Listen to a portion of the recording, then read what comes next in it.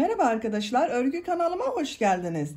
Bugün yine kız bebeklerimiz için hem kolay hem de güzel modelli bir bebek elbisesi yaptım.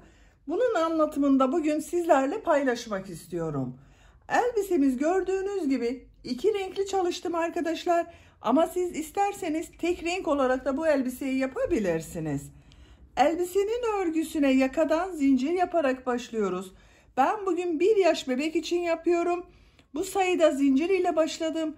Ama siz daha büyük veya daha küçük bebekler için yapacaksanız bu başlangıç zincir sayısını daha az veya daha çok yapabilirsiniz.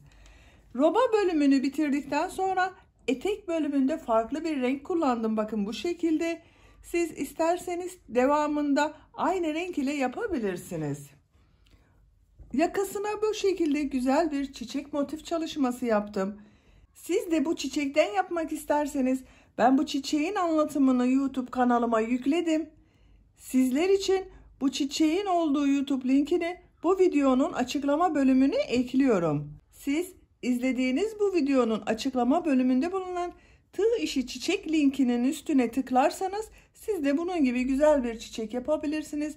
Veya kendinize göre başka süslemeler de yapabilirsiniz. Bel örgüsünün buraya böyle bakın kurdale taktım.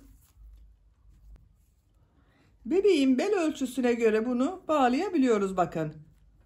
Bu kurdale de tercihinize göre yapsanız da olur, yapmasanız da olur arkadaşlar. Arka robayı düğmeli yaptım. 3 adet düğme diktim bakın.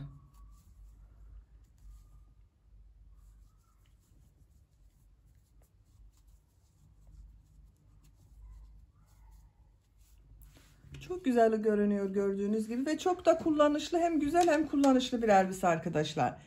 Bu elbisenin örgüsünde iplik olarak beyaz renk iplikten 50 gram iplik yeterli arkadaşlar. Ben bu markalı bir iplik kullandım bakın.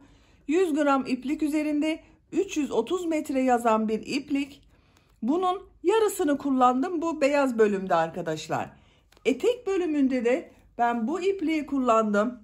100 gram iplik üzerinde 240 metre yazıyor. Bu iplikten de 2 adet ipliğe ihtiyacınız var. 1,5 adet iplik kullandım. Örgümde tığ olarak da 5 numara 3 milimetrelik tığ kullandım. Kullandığınız iplik üzerinde tığ numaraları yazıyordur arkadaşlar. Tavsiye edilen tığ numaralarını kullanırsanız yaptığınız örgüleriniz daha güzel olacaktır. Başlamadan önce ölçülerini de size söylüyorum. Kol altının buradan genişliğini ölçüyorum. 23 santimetre. Yüksekliğini ölçüyorum. Omuzdan itibaren etek ucuna kadar olan yükseklik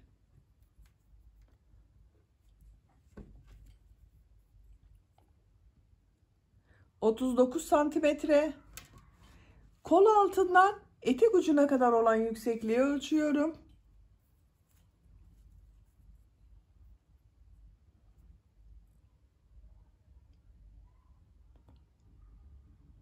27 santimetre. Bu da 1 yaş bebek için güzel bir ölçü. Ben bugün bu elbiseyi 6 aylık bir bebek için yaptım. Annesi 1 yaşında da kullansın dedi. Onun için 1 yaş ölçüyle anlattım arkadaşlar. Ben bugün bu elbiseyi bu renkleri kullanarak ördüm. Siz elbise örgüsünde istediğiniz marka iplik ve renkleri kullanarak örebilirsiniz arkadaşlar. İpliği, tığı hazırlayalım. Hep birlikte bu güzel elbisemizin örgüsüne başlayalım. Örgü kanalıma abone değilseniz abone olmayı unutmayın lütfen. Örgü kanalıma abone olmak ücretsiz. Örgü kanalıma ücretsiz abone olup orada bulunan zil şeklinde dokunarak açık konuma getirirseniz kanalıma videoyu yüklediğim zaman ilk önce size bildirim gelecek. Herkesten önce örgülerimden sizin haberiniz olacaktır. İzlediğiniz videolarıma beğeni ve yorumlarınızı da yaparsanız çok sevinirim arkadaşlar. Sizlerden gelen beğeni ve yorumlar örgü kanalımın devamlılığı için çok önemli. Örgü kanalıma ücretsiz abone olup beğeni ve yorumlarıyla da destek olan bütün arkadaşlara çok teşekkür ederim. Hepinize kolay gelsin, iyi çalışmalar.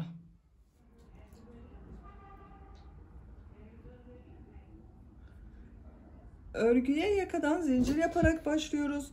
Zincir yapabilmek için İlk ilmeği ben bu şekilde yapıyorum. Size nasıl kolay geliyorsa ilk ilmeği o şekilde yapabilirsiniz. Zincirleri yapmaya başlıyorum.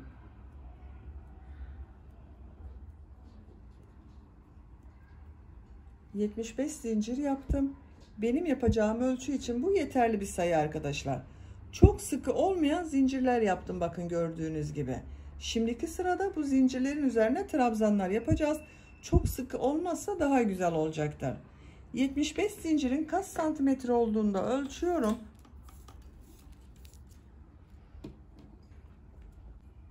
Sıfır noktasına başlangıcı tutuyorum. Zinciri çektirmeden ölçüyorum. 32 santimetre zincir uzunluğu var, bakın. Benim elimin sıklığına göre 75 zincir 32 santimetre geldi. Sizin elinizin sıklığına göre bu sayı daha az veya daha çok olabilir. Bu ilk sırada bölümleri ayıracağız. Ön bölümünü, kol bölümlerini ve arka bölümleri işaretleyeceğiz arkadaşlar. İpliği tığın üzerine alıyorum. 1, 2, 3 ilmek atlıyorum. 4. ilmek içerisine trabzan yapıyorum. 10 trabzan yapacağız. Bu 3 ilmek atladığımda bir trabzan, bakın 1, 2, 3, 4, 5, 6, 7,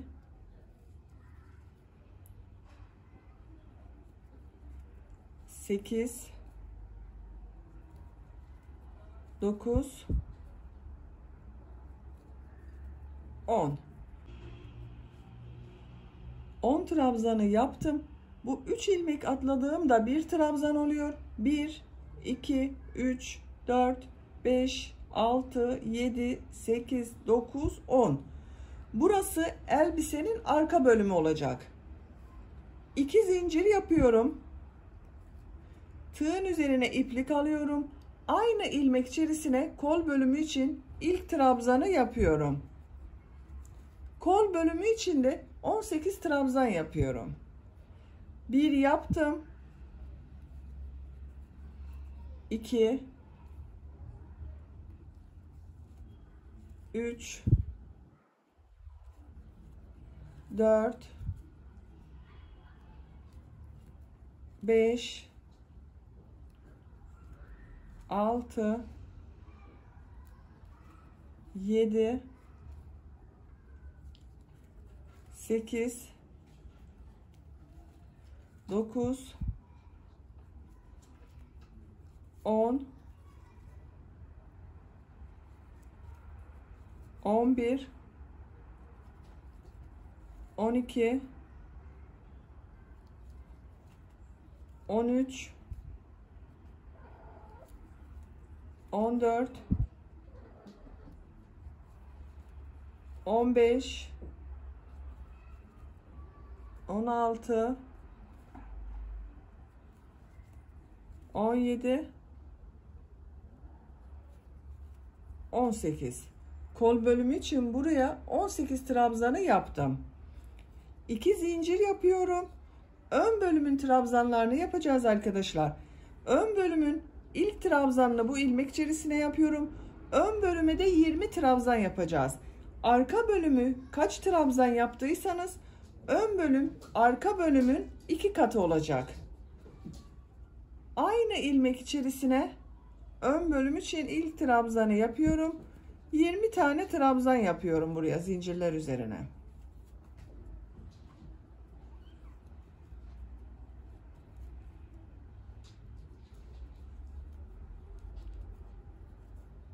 Zincirler üzerine 20 trabzanı yapalım.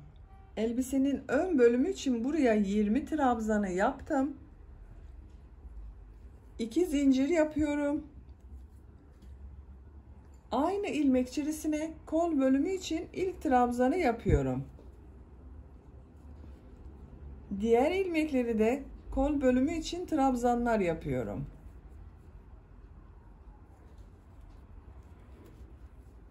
zincirler üzerine birer defa trabzan yapıyorum. Bu kol bölümünde 18 trabzan yaptım. Bu kol içinde 18 trabzanı yapalım. Diğer kol bölümü içinde 18 trabzanı buraya yaptım. 2 zincir yapıyorum. Diğer arka bölüm için aynı ilmeğe ilk trabzanı yapıyorum. Diğer ilmekleri de trabzan yaparak devam ediyorum. Bu arka bölümde bakın, ilk arka bölümde 10 trabzan yaptım. Buraya da 10 trabzan yapıyorum. 1 2 3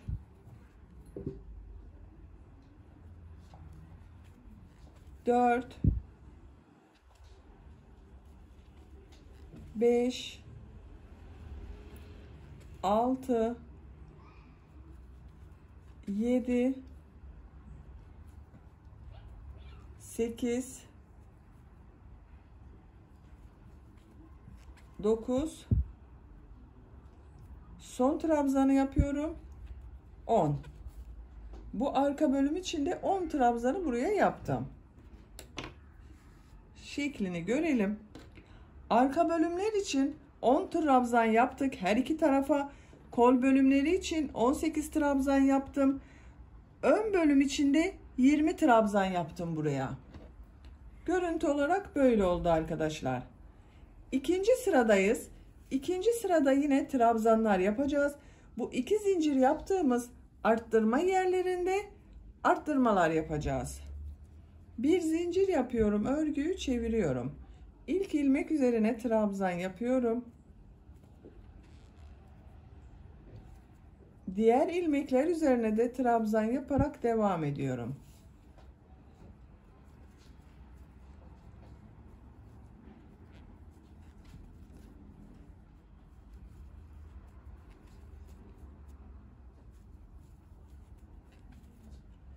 Arttırma yapacağımız bakın iki zincir yaptığım yere geldim. Buraya bir trabzan, iki zincir, bir trabzan yapıyorum.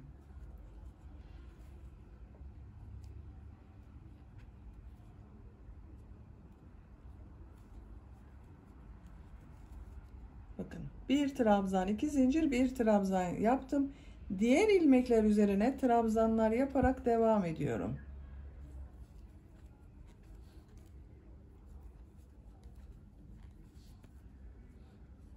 Görüntüsü böyle arkadaşlar. Bu arttırma yapacağımız yere kadar devam edelim. Kol bölümünde bulunan ilmekler üzerine trabzanları yaparak arttırma yapacağım iki zincire geldim. İki zincirin üzerine bir trabzan, iki zincir, bir trabzan yapıyorum.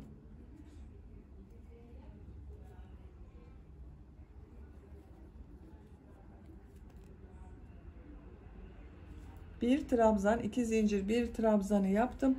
Ön bölümde bulunan ilmekler üzerine de trabzanlar yaparak devam ediyorum.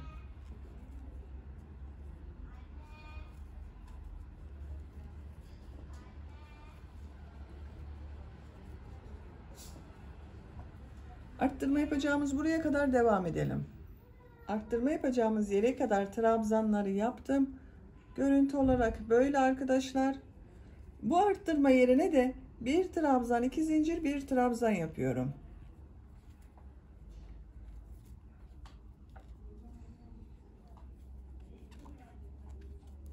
Bir trabzan, iki zincir, bir trabzanı yaptım.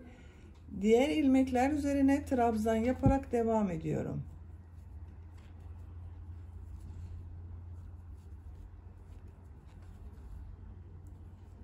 Arttırma yapacağımız buraya kadar devam edelim. Arttırma yapacağım iki zincirli yere kadar trabzanları yaptım. Bu arttırma yerine de bir trabzan, iki zincir, bir trabzan yapıyorum.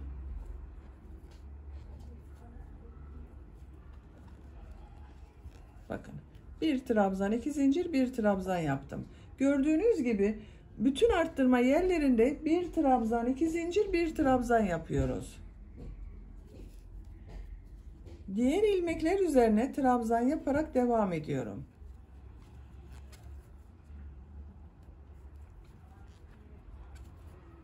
Bakın sıra sonunda 3 ilmek atlayarak yaptığım bir trabzan vardı. Bunu son zincirin üzerine Tığ takıyorum. Buradan trabzan yapıyorum. Burada da 11 trabzan oldu bakın. 2, 4, 6, 8, 10, 11. Bir alt sırada 10 trabzan vardı. Arttırma yaptık. 11 oldu. Robanın şeklini görelim. Bakın ikinci sırayı da tamamladık.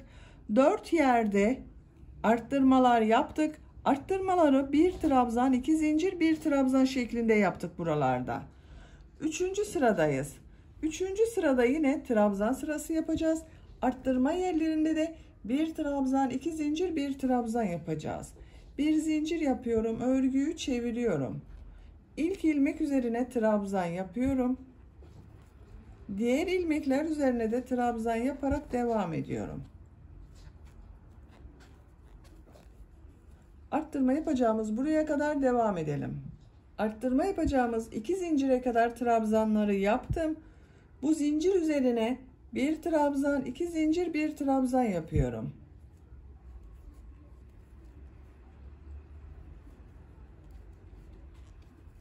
Bir trabzan, 2 zincir, 1 trabzanı yaptım.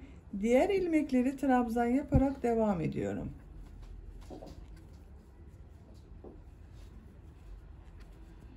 Bakın. Arttırma yerlerinde 1 trabzan, 2 zincir, 1 trabzan yapıyoruz. Trabzanlar yaparak devam edelim. Bu arttırma yerinde, bu arttırma yerinde, bu arttırma yerinde de 1 trabzan, 2 zincir, 1 trabzan yaparak sıra sonuna kadar tamamlayalım. Sıra sonuna kadar tamamladım arkadaşlar. Bakın bu arttırma yerlerinde de 1 trabzan, 2 zincir, 1 trabzan yaptım. Diğer ilmeklere birer defa trabzan yaptım. Üçüncü sırayı tamamladık. Bakın görüntü olarak böyle. Şöyle katlıyorum. Elbisenin ön bölümü burası oluyor.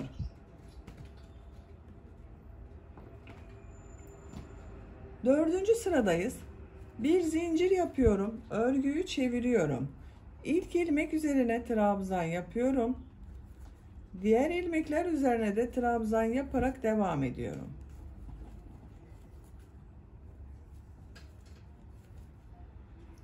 Buraya kadar devam edelim. Trabzanları yaparak arttırma yapacağım yere kadar tamamladım. Buraya bir trabzan, 2 zincir, 1 trabzan yapıyorum. 2 zincir yapıyorum. 1 trabzan yapıyorum. Diğer ilmekleri de trabzan yaparak devam ediyorum.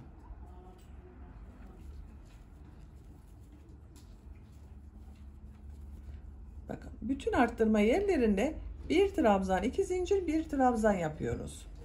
Diğer ilmekler üzerine de birer defa trabzan yapıyoruz. Robanın örgüsü bu 4 noktadan düzenli arttırmalar yaparak devam edecek. Yapacak olduğunuz bebeğinizin büyüklüğüne göre bu 4 noktadan 1 trabzan, 2 zincir, 1 trabzan şeklinde arttırmalar yapalım. Diğer ilmekleri de birer defa trabzan yapalım. Tamamlayarak gelelim arkadaşlar. Robanın örgüsünü arttırmalar yaparak 9 sıra olarak tamamladım. Sayıyorum. 1, 2, 3, 4, 5, 6, 7, 8, 9. Görüntü olarak da böyle oldu arkadaşlar.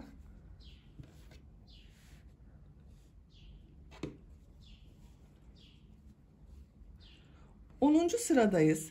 10. sıradan itibaren kolları gövdeden ayıracağız. Örgümüze gövdenin örgüsüyle devam edeceğiz. Bir zincir yapıyorum. Örgüyü çeviriyorum. İlk ilmek üzerine trabzan yapıyorum. Trabzan sırası yapıyoruz yine. Diğer ilmekleri de trabzan yaparak devam ediyorum.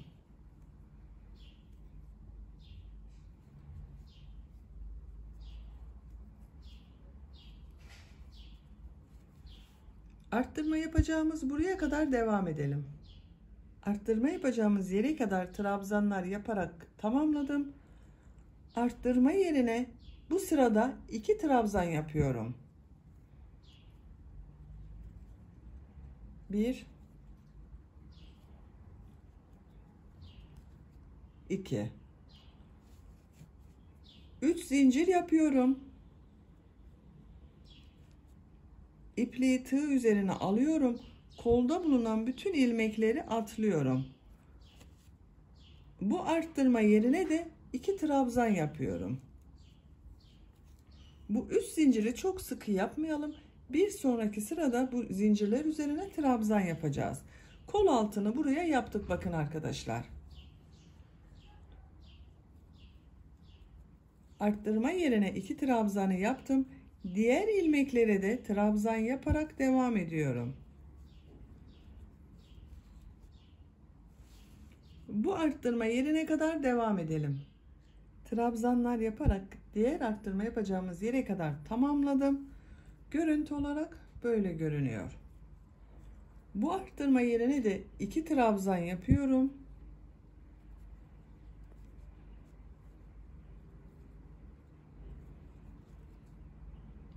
Üç zincir yapıyorum. İpliği tığ üzerine alıyorum. Kolda bulunan bütün ilmekleri atlıyorum. Arttırma yerine 2 trabzan yapıyorum.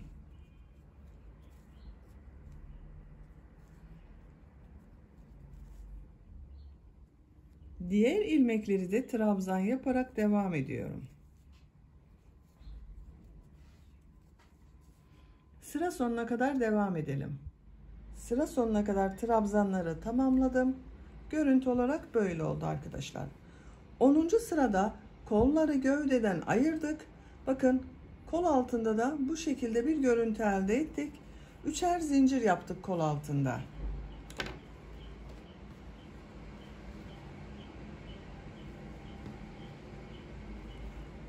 Birinci sıradayız. 11. sırada trabzan sırası yapacağız yine. Bir zincir yapıyorum. Örgüyü çeviriyorum.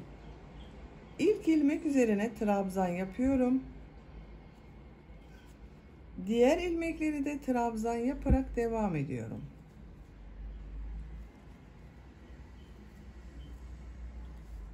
Kol altını yapacağımız bu 3 zincire kadar devam edelim. Trabzanlar yaparak kol altında yaptığım 3 zincire geldim. Bu zincirler üzerine de her zincir üzerine 2 trabzan yapıyorum, arttırma yapıyorum. İlk zincir üzerine 2 trabzan yapıyorum.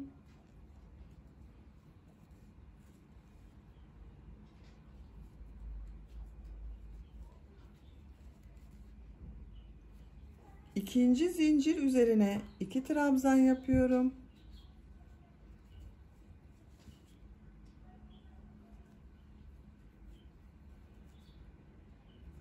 Üçüncü zincir üzerine de 2 trabzan yapıyorum. Kol altında 3 zincir üzerine 2'şer trabzan yaptık. Toplam 6 trabzan elde ettim burada. Diğer ilmekleri trabzan yaparak devam ediyorum. Birer defa trabzan yapıyoruz artık. Diğer kol altına kadar devam edelim. Diğer kol altına kadar trabzanlar yaparak tamamladım. Burada bulunan 3 zincir üzerine de 2'şer defa trabzan yapıyorum. İlk zincirin üzerine 2 trabzan yapıyorum.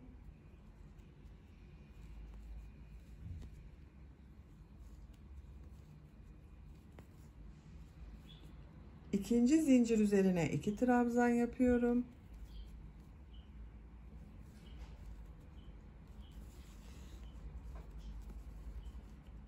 Üçüncü zincir üzerine de 2 trabzan yapıyorum.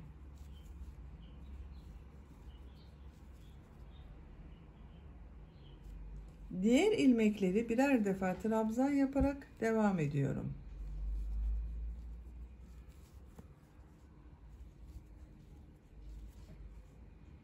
Sıra sonuna kadar devam edelim.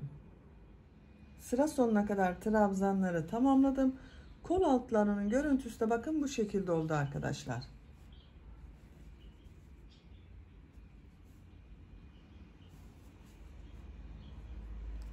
Şöyle de görelim şeklini.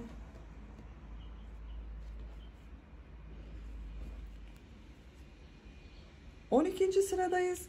12. sırada Her ilmek üzerine birer defa trabzan yaparak trabzan sırası yapacağız.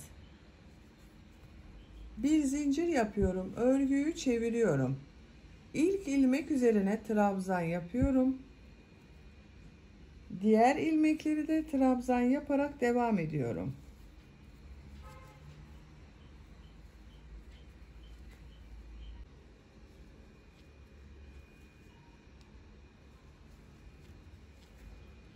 Bu şekilde trabzanlar yaparak devam ediyoruz.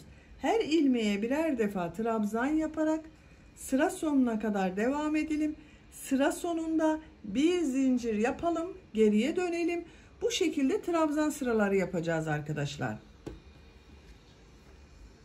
Yapacak olduğunuz bebeğin büyüklüğüne göre birkaç sıra trabzan sırası yaparak tamamlayalım. Kol altından sonra 1, 2, 3, 4, 5 sıra trabzan olarak tamamladım. Görüntü olarak bakın bu şekilde oldu.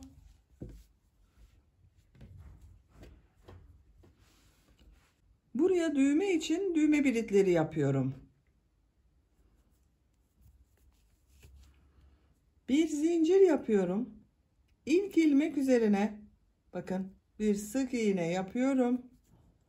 Aynı sıraya bir sık iğne daha yapıyorum. Sık iğneler yapıyoruz. Bakın burada 2 ilmek görünüyor. Bunlara birer defa sık iğne yapıyorum. Bu trabzan görünüyor. Buna 2 sık iğne yapıyorum. 1 2 1 2 sık iğneler yaparak bu yaka başlangıcına kadar devam edelim. Sık iğneler yaparak yaka başlangıcına kadar tamamladım. Görüntü olarak böyle oldu. İkinci sırada tekrar sık iğne yapacağız. Bu sırayı yaparken düğme için düğme bilitleri de yapacağız. Bir zincir yapıyorum, örgüyü çeviriyorum. İlk ilmeğe sık iğne yapıyorum. Düğme iliği için 2 zincir yapıyorum. 2 ilmek altılıyorum. 3. ilmeğe sık iğne yapıyorum. Diğer düğme deliğini yapacağım yere kadar 8 sık iğne yapıyorum. 1 2 3 4 5 6 7 8 sık iğneyi yaptım. 2 zincir yapıyorum. 2 ilmek atlıyorum. 3. ilmeğe sık iğne yapıyorum. Diğer düğme deliğine kadar 8 sık iğne yapıyorum. 1 2 3 4 5 6 7 8 buraya 3. düğme bilitini yapıyorum. 2 zincir yapıyorum.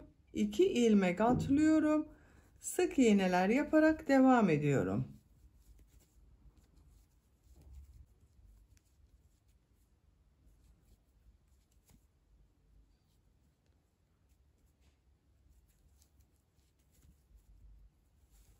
Bu sırada 3 düğme iliği yaptım. Bakın 1 2 3. Üçüncü sırada her ilmeğe bir sık iğne yapıyorum. Bir zincir yapıyorum. Örgüyü çeviriyorum. İlk ilmeğe sık iğne yapıyorum. Diğer ilmekleri de sık iğne yaparak devam ediyorum.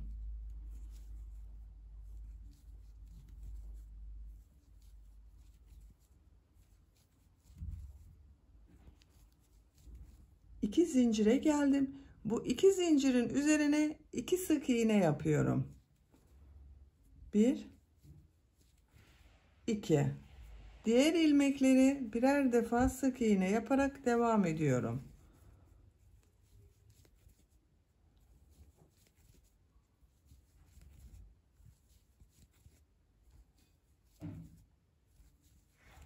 İki zincire geldim. 2 zincir üzerine 2 sık iğne yapıyorum.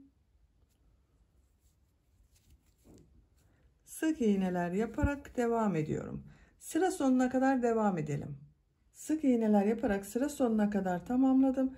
Bakın düğme ilikleri daha belirgin oldu arkadaşlar. İpliği burada kesiyorum. Düğme iliği patını yaptım. Şimdi bunun tam karşısına gelen bakın buraya da düğme için düğme patını yapıyorum. Yakanın başlangıcından başlıyorum.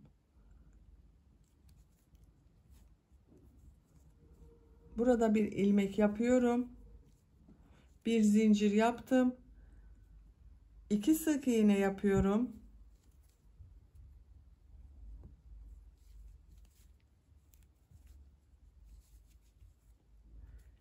Diğer sıraya da 2 sık iğne yapıyorum.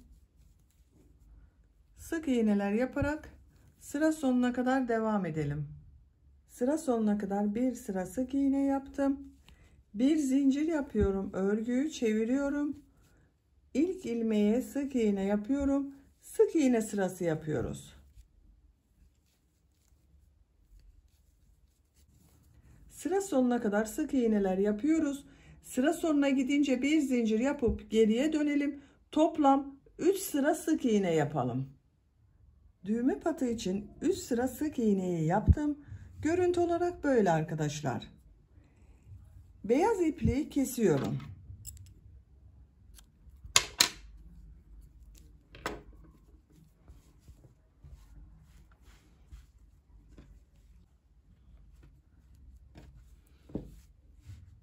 Ön bölümün görüntüsü de böyle. Şimdi bunları birleştireceğiz. Elbisenin örgüsüne tek parça olarak devam edeceğiz. Bu renk ile devam ediyorum.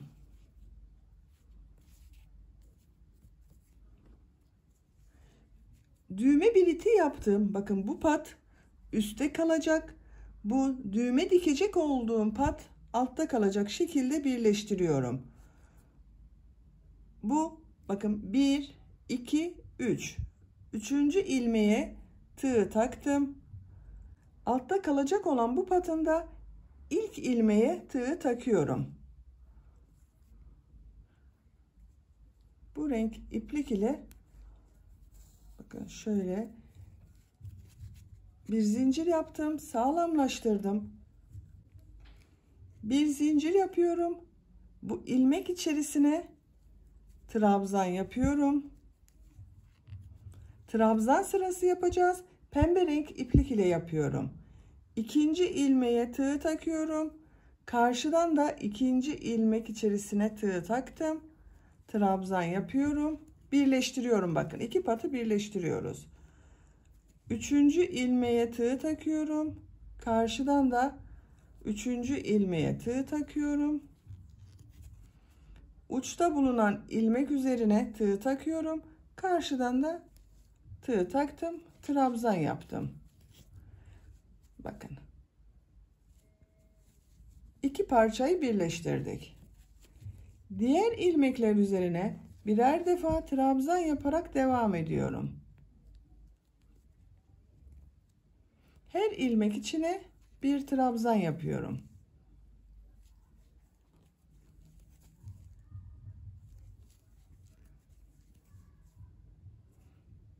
Trabzanlar yaparak sıra sonuna kadar devam edelim. Bir sıra trabzan sırası yaparak sıra sonuna kadar tamamladım. Son ilmek ile ilk ilmeği ilmek kaydırması yaparak sırayı birleştiriyorum. Bakın birleştirdik. Görüntü olarak böyle oldu arkadaşlar.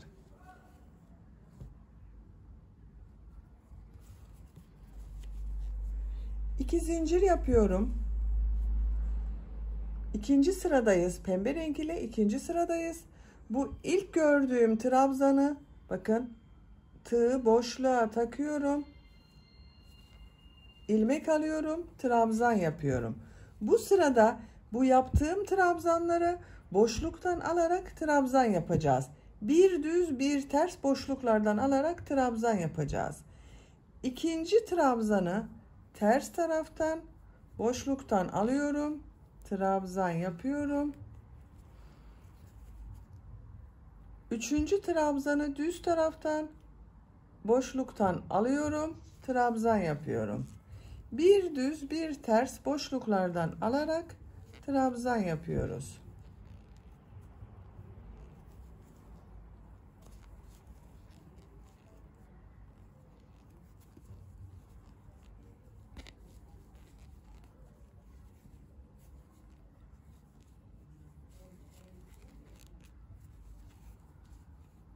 Görüntü olarak böyle görünüyor. Sıra sonuna kadar devam edelim. Bu sırada trabzanları bir düz bir ters boşluklardan alıp trabzan yaparak sıra sonuna kadar tamamladım. Son bakın düz taraftan görünen trabzan yaptım. Bunu ilk yaptığım ilmek ile ilmek kaydırması yaparak sırayı birleştiriyorum. Bu arada 2 zincir yaptığımda bakın ters tarafta görünen trabzan oldu. Bel örgüsü bakın bir düz bir ters görüntü şeklinde oldu arkadaşlar.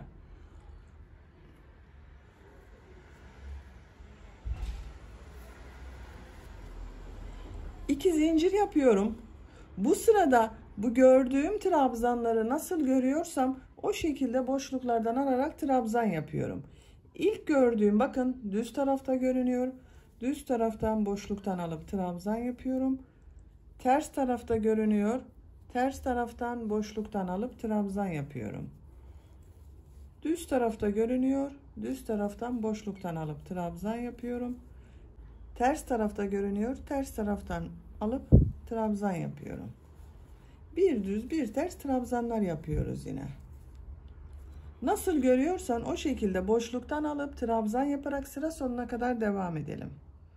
Sıra sonuna kadar trabzanları nasıl görüyorsam o yönde boşluktan aldım, trabzan yaptım. Sıra sonunda ilk ilmekle ilmek kaydırması yaparak birleştirdim. Şekline tekrar bakalım. 1 2 3 sıra halinde bel örgüsü yaptım. Bu benim için yeterli. Siz isterseniz bir sıra daha bu bir düz bir ters örgüden yapabilirsiniz. Bu sıradan itibaren model yerleştirmesine başlıyorum. Etek bölümünün modelini yapacağız. Bakın bu ilmek üzerine 1 2 3 zincir yapıyorum. Aynı ilmeğe bir trabzan yapıyorum. 2 zincir yapıyorum. Aynı ilmek içine 2 trabzan yapıyorum. 2 trabzan, 2 zincir, 2 trabzan oluyor model arkadaşlar. Bakın bu 3 zincir yaptığımda 1 trabzan, 2 trabzan, 2 zincir, 2 trabzan oldu. Tığın üzerine iplik alıyorum. Bir ilmek atlıyorum. İkinci ilmeğe bir trabzan yapıyorum. Tığın üzerine iplik alıyorum. Bir ilmek atlıyorum. İkinci ilmeğe 2 trabzan, 2 zincir, 2 trabzan yapıyorum.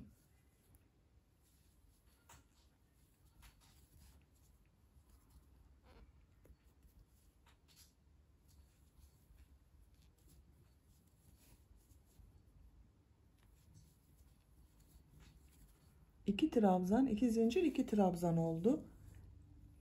Bir ilmek atlıyorum. İkinci ilmeğe bir trabzan yapıyorum. Bir ilmek atlıyorum. İkinci ilmeğe 2 trabzan, 2 zincir, 2 trabzan yapıyorum.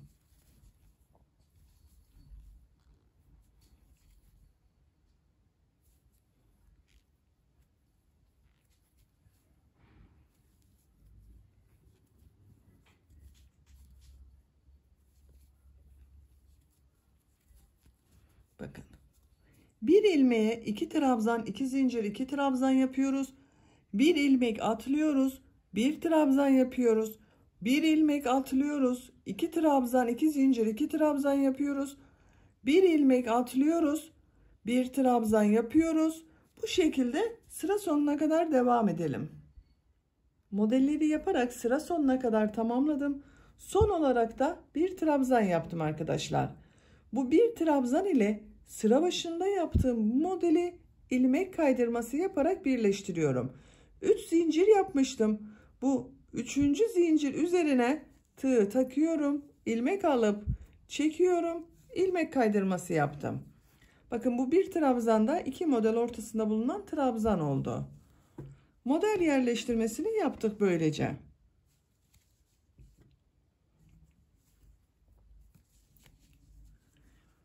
İkinci sıra modeli bu 2 zincirli boşluktan başlayacağız. Oraya ilmek kaydırması yapıyorum. İlk ilmeğe ilmek kaydırması yapıyorum. 2 zincirin üzerine ilmek kaydırması yaptım. Bakın 2 zincirli boşluktayım. 3 zincir yapıyorum. Bu sırada bu 2 trabzan 2 zincir 2 trabzan yaptığımız modelleri 3 trabzan 2 zincir 3 trabzan yapacağız. Bu bir trabzanları da boşluktan alarak trabzan yapacağız. Bakın bu boşluğa 2 trabzan yapıyorum.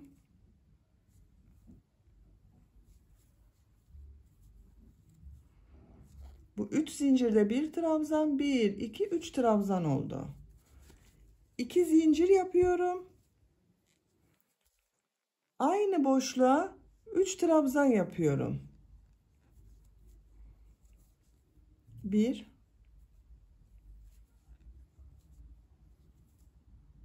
2 3. Tığın üzerine iplik alıyorum. Bu bir trabzanı boşluktan alıyorum. Trabzan yapıyorum. Bakın uzatarak yaptım. Çok sıkı yapmadım bu trabzanı. Tekrar tığın üzerine iplik alıyorum. Bu 2 zincirin içine 3 trabzan, 2 zincir, 3 trabzan yapıyorum.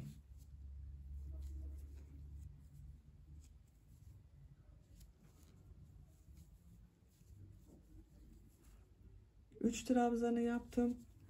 2 zincir, 3 trabzan.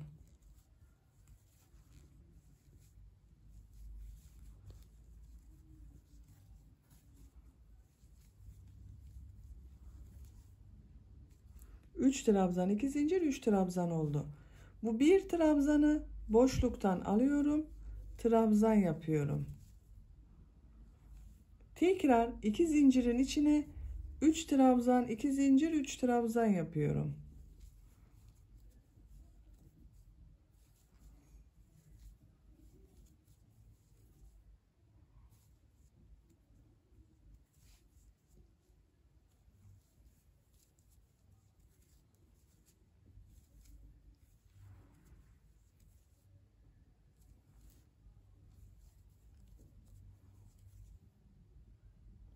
Üç trabzan, 2 zincir, 3 trabzan yaptım.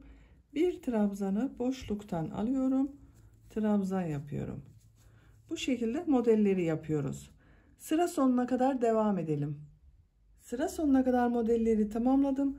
Son bir trabzanda boşluktan alarak trabzan yaptım. Bu trabzan ile ilk yaptığım modeli ilmek kaydırması yaparak sırayı birleştiriyorum. Sırayı birleştirdik bakın arkadaşlar. Bu sırada modelin görüntüsü böyle oldu.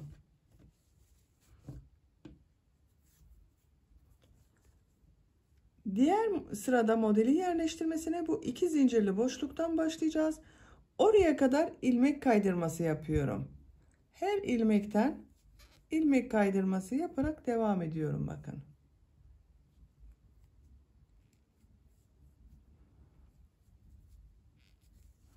İki zincirli boşluktayım. Bu sırada yine 3 trabzan, 2 zincir, 3 trabzan yapacağız. Bu trabzanı da boşluktan alarak trabzan yapacağız. 3 zincir yapıyorum. 2 trabzan yapıyorum.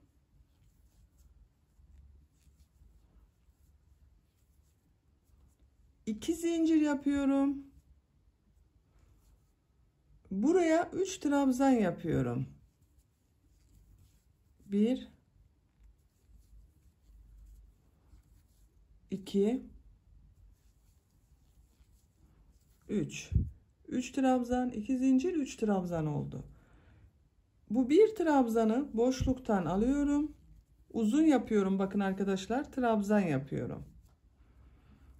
2 zincirin içine 3 trabzan, 2 zincir, 3 trabzan yapıyorum.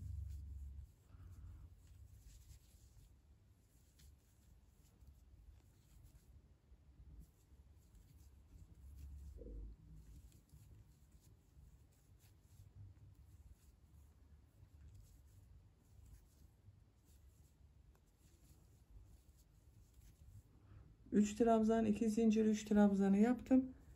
Bu trabzanı boşluktan alıyorum. Uzatarak trabzan yapıyorum.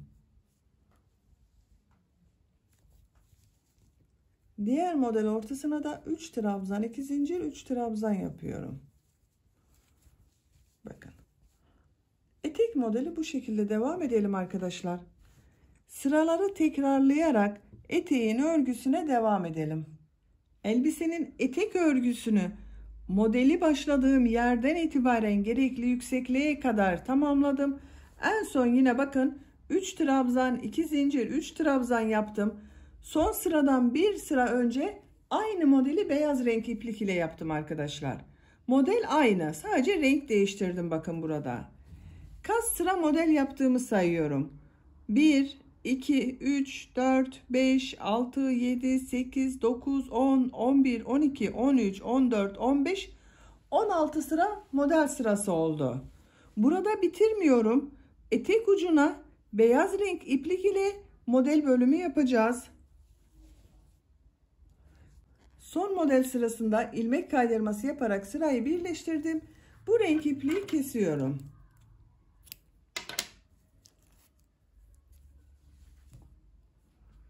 Beyaz renk iplik ile dilim modelleri yapıyorum. Görüntüsünü görelim bakın.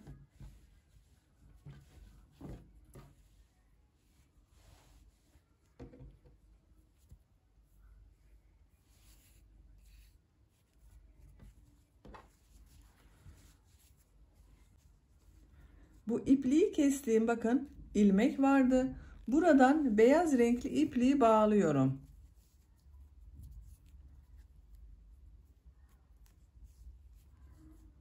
Bu ilmekten bir ilmek yapıyorum.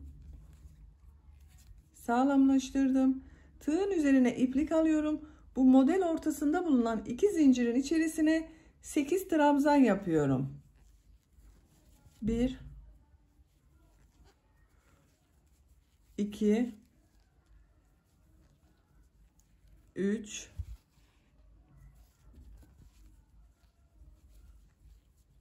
4 5 6 7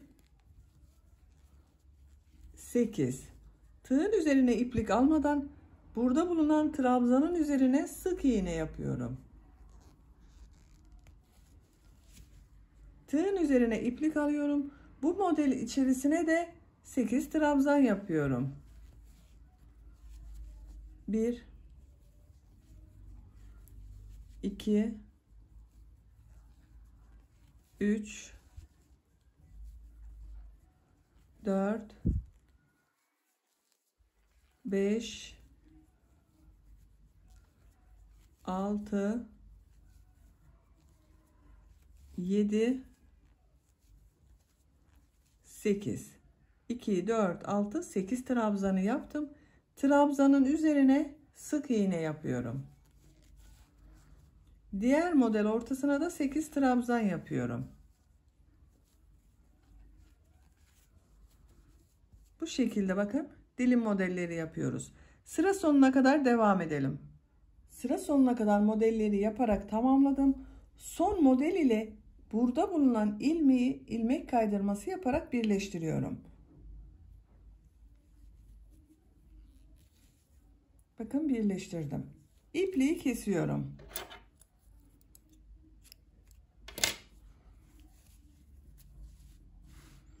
Elbisenin etek bölümünü böylece tamamlamış olduk arkadaşlar. Bakın birleştirme yaptığımız yer hiç belli olmuyor.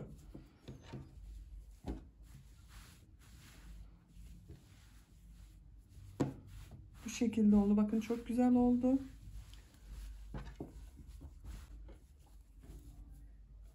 Kolun birini bakın ben bu şekilde pıtırcık modelleri yaptım. Diğer kolu sizinle birlikte yapalım. Etek bölümünü yaptığım renk ile yapıyorum. Siz hangi rengi kullandıysanız onunla yaparsınız. Kol altından başlıyoruz. Burada ortada bulunan ilmekten bir ilmek yapıyorum. İsterseniz ipliği bağlayabilirsiniz. 2 zincir yapıyorum. Aynı ilmeğe sık iğne yapıyorum. Bu ilmeği atlıyorum. Burada bulunan ilmek içine bir sık iğne, 2 zincir, bir sık iğne yapıyorum.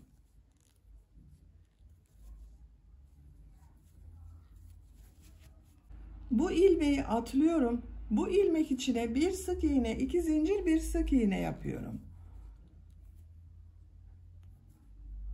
Aynı ilmeği yapıyorum. Bakın ikinci sık iğneyi. Bu şekilde pıtırcıklar yapıyoruz. Bir ilmek atlıyorum. İkinci ilmek içine bir sık iğne, 2 zincir, bir sık iğne yapıyorum.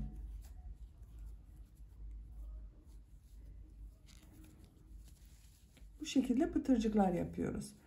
Başladığımız yere kadar kol çevresinde devam edelim. Kol çevresinde pıtırcık modelleri yaparak sıra sonuna kadar tamamladım. Son ilmek ile ilk yaptığım ilmeği ilmek kaydırması yaparak sırayı birleştiriyorum. İpliği kesiyorum.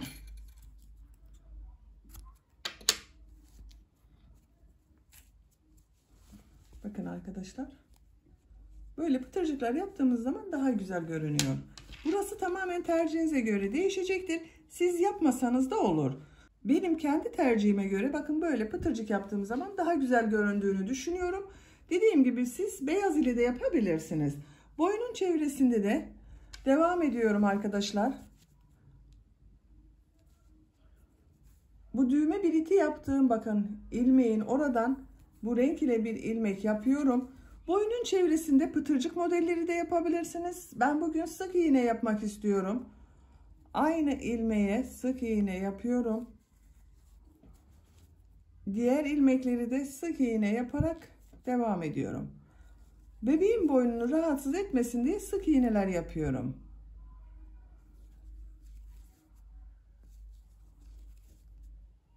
Her ilmeğe bir sık iğne yapıyorum. Siz isterseniz bu pıtırcıklardan da yapabilirsiniz. Yakanın diğer uç noktasına kadar devam edelim. Yakanın diğer uç noktasına kadar boynun çevresinde bir sıra sık iğneyi tamamladım. Görüntü olarak böyle bakın arkadaşlar. Düğmelerini de diktim ben. Düğme biritleri yapmıştık bakın roba bölümüne 1, 2, 3. Bunların tam karşısına gelen yerlere birer tane düğme diktim. Şu şekilde bakın. Böylece elbisenin örgüsünü de tamamlamış olduk. Bakın arkadaşlar çok güzel oldu. Etek bölümünün örgüsü de böyle görünüyor.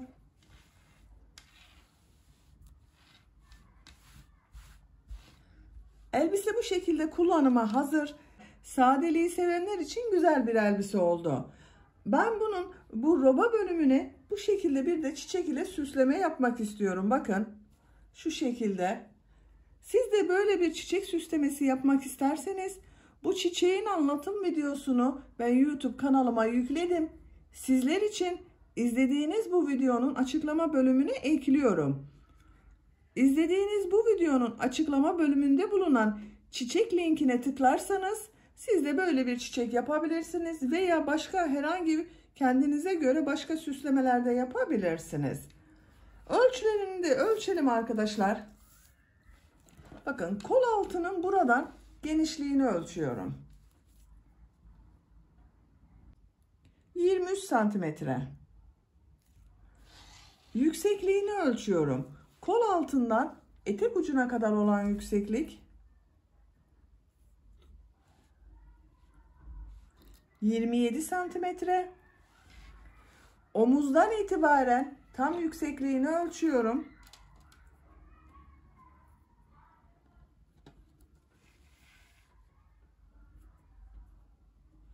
39 santimetre. Bu da 1 yaş bebek için güzel bir ölçü oldu. 6. ayından itibaren çok rahat kullanılabilir arkadaşlar. Ben 6-12 aylık bebek için yaptım bugün bu elbiseyi. Siz de bebeğinizin kilosuna göre ayarlamasını yapabilirsiniz. Gördüğünüz gibi hem çok kolay hem de çok güzel elbise oldu arkadaşlar. Bu güzel elbiseyi sizinle birlikte yaptık. Bu elbisenin örgüsünde iplik olarak 100 gramlık bu beyaz iplikten yarısını kullandım. 50 gram iplik olması yeterli. Pembe renk iplikten de böyle bir 100 gramlık iplikten 1,5 adet iplik kullandım. Böylece sizlerle yapmış olduğumuz bu elbise anlatımının sonuna gelmiş oldum. Beni dinlediğiniz için hepinize çok teşekkür ederim. Kanalıma abone değilseniz abone olmayı unutmayın lütfen. Örgü kanalıma abone olmak ücretsiz arkadaşlar. Örgü kanalıma ücretsiz abone olup orada bulunan zil şeklinde dokunarak açık konuma getirirseniz kanalıma video yüklediğim zaman ilk önce size bildirim gelecek. Örgülerimden herkesten önce sizin haberiniz olacaktır. İzlediğiniz videolarıma beğeni ve yorumlarınızı da yaparsanız çok sevinirim. Örgü kanalımın devamlılığı için sizlerden gelen beğeni ve yorumlar çok önemli arkadaşlar. Örgü kanalıma ücretsiz abone olup beğeni ve yorumlarıyla da ayrıca destek olan bütün arkadaşlara çok teşekkür ederim. Aklınıza takılan herhangi bir soru olursa da yorumlar bölümünden yazarsanız bütün yorumlara mümkün olduğunca cevap vermeye çalışıyorum. Sizlerle yeni örgülerde görüşmek dileğiyle. Hoşça kalın, sevgiyle kalın.